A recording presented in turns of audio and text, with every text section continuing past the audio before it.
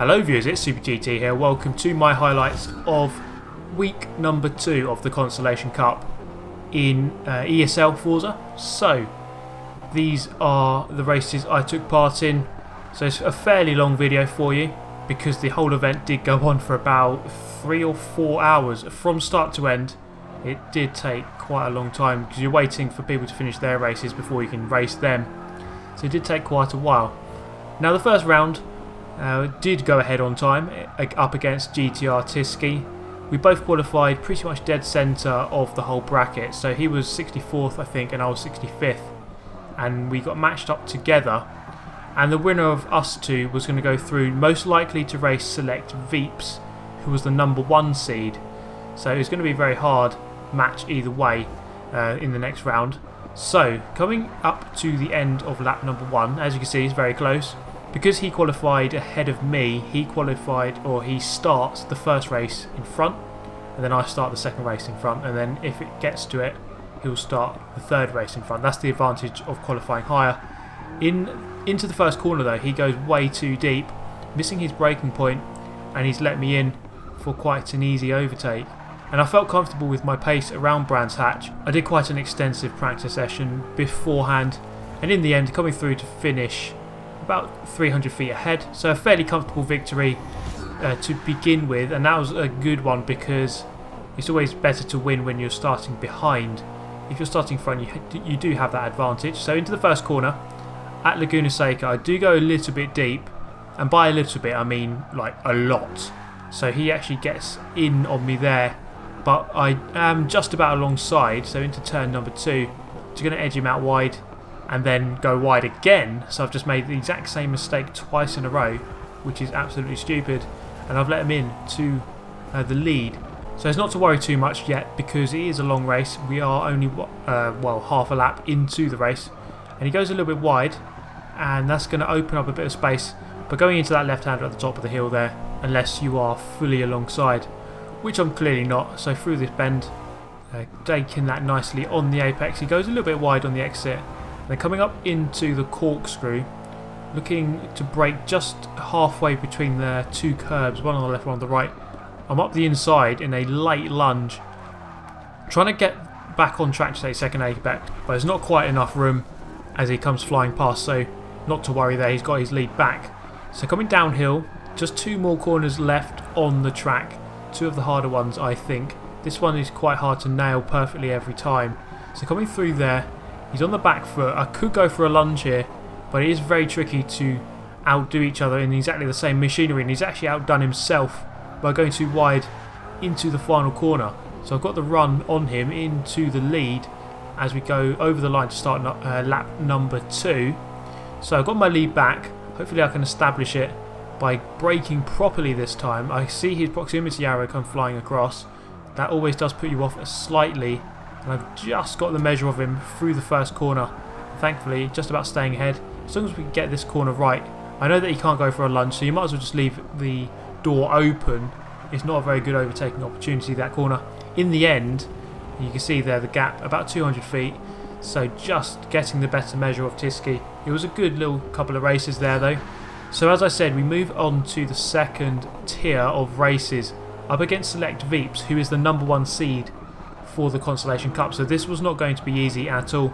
And as I mentioned earlier, we were in a practice session, and Veeps was in there as well, and he showed how good he is very quick in that practice session. So I knew exactly how hard this was going to be. But I did feel comfortable at the same time with my pace around Brands Hatch and Laguna Seca especially. So this is lap number 1 of our duel. But then moving towards lap number 4, you see that we both make mistakes on the curbs. He actually put his brakes on coming out of turn 1 there. So I'm actually right on his back door here. So you see here lap number 4 and then lap number 5. I wasn't actually too far away given that we've been racing for nearly 7 minutes. But then I do make that big mistake coming through the first turn. So obviously that curb really nasty, coming over the line about 500 or so feet down. So then we move to the second race, Laguna Seca. So it's 1-0 to Veeps, but I do have a chance here because I'm starting on pole position.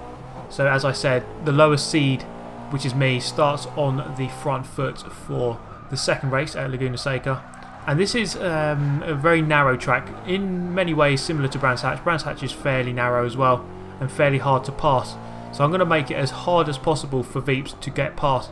I know that really he is quicker than me, but there's always a chance if I can get ahead and stay ahead, because I know that if I just position my car in exactly the right place, then he's not going to be able to get past unless he goes for a totally bandit lunge or just pushes me off the track. So I've got my work cut out, but I know that if I can just defend properly and not feel too pressured by him, then I should be able to do okay. So that's lap 1, or half of lap 1 okay, into the first corner of lap number 2. And this is what I mean by a defensive drive, because he's going to get the inside line here, but then it's not going to be the inside for the second corner, so I know that he can just put his nose in there and he's not going to be able to overtake me.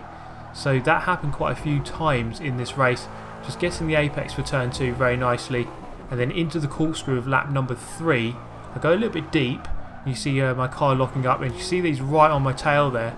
So through the second apex, just going to drive away ever so slightly, and then into this left. Really tricky to get this one right. Go for a late apex. You don't want to go out too wide on the entry, otherwise your car will just never get into the corner at all. So making a mistake through that corner, not always consistent through there. On the back foot into the final turn, he's actually going to try to go around the outside, or at least just try something. Maybe go for a cutback on the exit. But I got the better measure of him out there. Lap number 4 into the first corner. Again, it's going to be the similar story from previously. So he's going to put his nose up the inside on the exit, but that gives me the inside line for turn number 2. So I'm just going to park it on the apex so he can't do a cutback. And well, so far it's very good defending. Into the first corner of the final lap, a very similar story again. Just cutting back on him so he can't quite get past me. So I've only got about half a lap now remaining to keep ahead. But then into this corner, I just make the tiniest of errors. The car goes sliding, and heartbreak for me, he actually goes past me, and I'm going to finish the race second. After 4.5 laps of defending so well, I lose out. So I move to the loser bracket, and we're going to look behind at this guy, because that's about as close as he ever got in this race. In the end, finishing about 1,000 feet ahead of him. So that was an easy race. And then in the next race, again about 1,000 feet ahead. So that was the first loser bracket race, very easy. And then this is the second loser bracket race, 3,000 feet ahead. So that was an absolute demolition show. And then we moved to probably the hardest of the loser bracket races that I've come up against so far. So GTR or GFR Max 6661. Now this was going to be a very close race. So through the first corner it actually gets very slidey. So I'm going to look up the inside. So I'm there pretty much, and I'm just going to edge him out on the exit. So just going to come across. He actually moves across onto the grass. So he's probably quite distraught that he's lost that position. Through turn number 4, or turn number 3, sorry, he looks quite racy, trying to get that position back, but not quite able to do so as I blocked off his exit. Into turn 4, a little bit deep, but as you can see, again, I've learned how to defend pretty much in this car. As long as you can get the momentum on the exit, it doesn't really matter if they stick their nose there, because you are going to get the momentum and therefore the position. So we're going to run for this entire lap and see how it goes. Into turn number 5, a very nice flowing right-hander. Turn number 6, again very similar but a little bit slower. You've got to take that curb on the inside and then take the power very early. Actually, you can see him taking the power too early on the exit there, so that's going to slow him down slightly. This turn is very tricky to get right, but I do nail it on that lap. You have to get on the throttle very early on the way out to maximise your speed. A little bit deep into that turn, and we've only got one more left on the lap, and then that's going to be one lap done. So again, a bit like in the previous round against Tiski in the first round, making sure you win this first race, even if you're starting behind, it really does put you on the front foot and the pressure on the other guy, because he knows that he has to win. So it becomes a bit more desperate. So that's lap number 1 done, as we move on to lap number 2. So up the inside he goes, and I just make contact with him there, as I was just going to go for a late apex, but no worries, he doesn't go past and I don't spin out, so we can continue, and I'm not really going to let that phase me. This tournament actually really taught me how to deal with pressure quite a lot. So in the end, finishing about 1,000 feet ahead, so he made a couple of mistakes. and into race number 2. So yeah, as I was saying, this tournament, you really do learn how to cope with pressure quite well. You just have to stick by your guns and just know exactly how good you are, and just don't worry about the other guy too much, and just try to stick to your braking points, your turning in points and your apexes, and then the pressure should eventually shift to the other guy. It's already happened a few times in this video, as you've seen.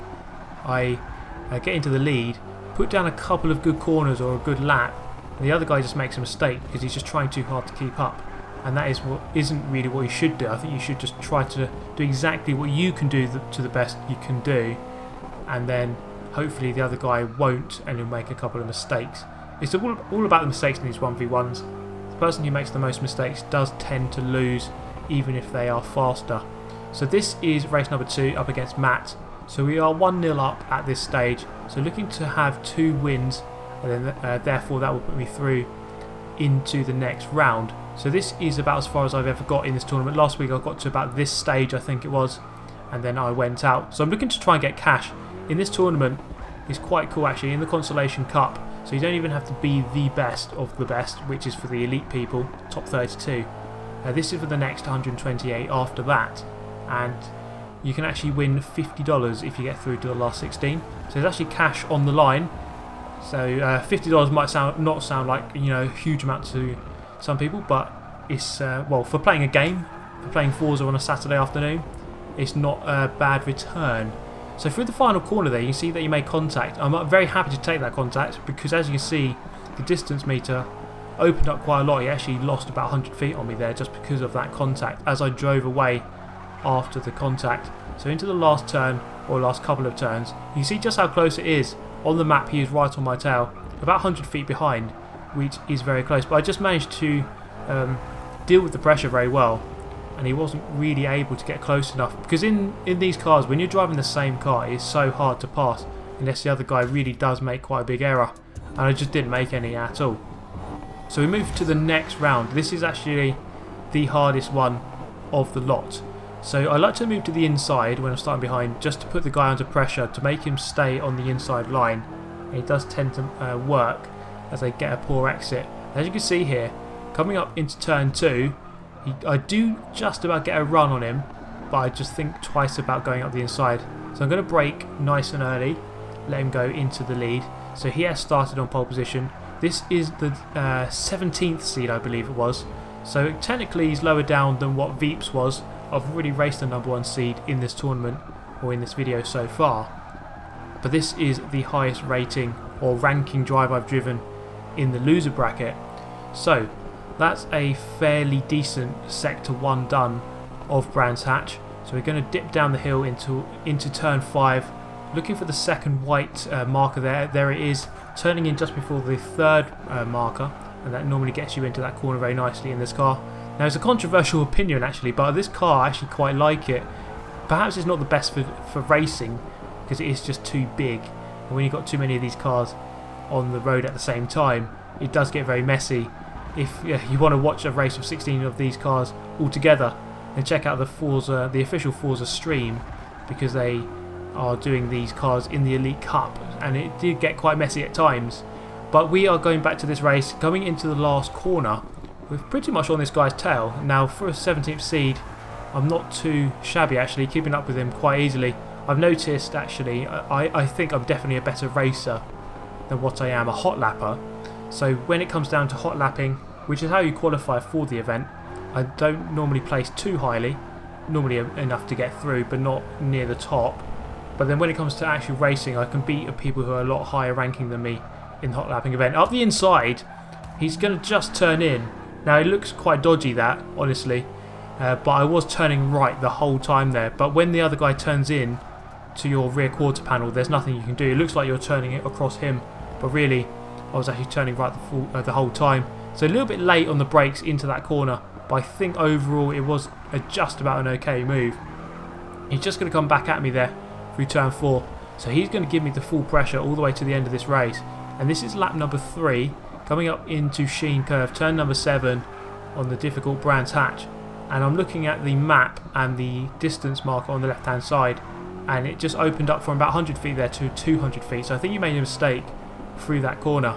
and then in the end, about 300 feet ahead, so just about winning that one. So that's actually very good news. So against Tiski as well, and against Matt, winning from behind at Brands Hatch. So that is the key to my success, I guess, in this tournament so far. But this is where it all begins to unravel. So I start in front coming into Laguna Seca, but I just brake too late, and then into the first corner I've gone way too deep, and unlike against Veeps, that is just far too deep. So if I had braked a little bit earlier, I might have been able to hold him on the outside for this corner, but not quite on this time. So I really do need to just put pressure on him, and hopefully he will make a mistake, as he did at Brands Hatch. This guy is very quick though. He did put in a quicker lap than I did, and then in the end, as you can see, it's very close at, between the two of us at the line. So that's 1-1. We go to Catalunya. This is the first time I've been to Catalunya in the tournament. I practiced round here, so I know the braking points, and you know, the turning in points and the apexes. Coming to turn 1, I brake a little bit too late, technically in first at this current moment here, but then I have to let him go because I'm going to have to cut the corner otherwise. So we have 4 3/4 laps to try and do something about this guy's lead, but unfortunately for me, I just was not able to keep pace with him, because we're going to move here to lap number 4. As you can see, it opened up a bit, about 100 feet, coming through this corner. Just make a little bit of a mistake on the entry. The gap opens up to about 300 feet or 200 feet. Around the final corner, you can see the gap there. It's about 400 feet. Just was not able to quite keep up with him. Unfortunately, that puts me in 18th place for the tournament. So I actually finished just outside the top 16, so I don't get cash. But unfortunately, yeah, just finishing outside of the cash places. But that is going to bring a close to this rather long video. It's actually been about 17 minutes so far. So a good action though, I think, throughout. Good racing for most of the people. Just a shame that I made a couple of mistakes at Laguna Seca. That really did unravel the whole thing for me. But let me know your thoughts on this video, guys. Let me know your thoughts on the ESL tournament. And for those of you who are new to the channel, subscribe if you'd like to see more of the same. Do hit that like button if you did like the video, guys. That does always help out. And I hope to see you in the next one. Thank you for watching. Goodbye.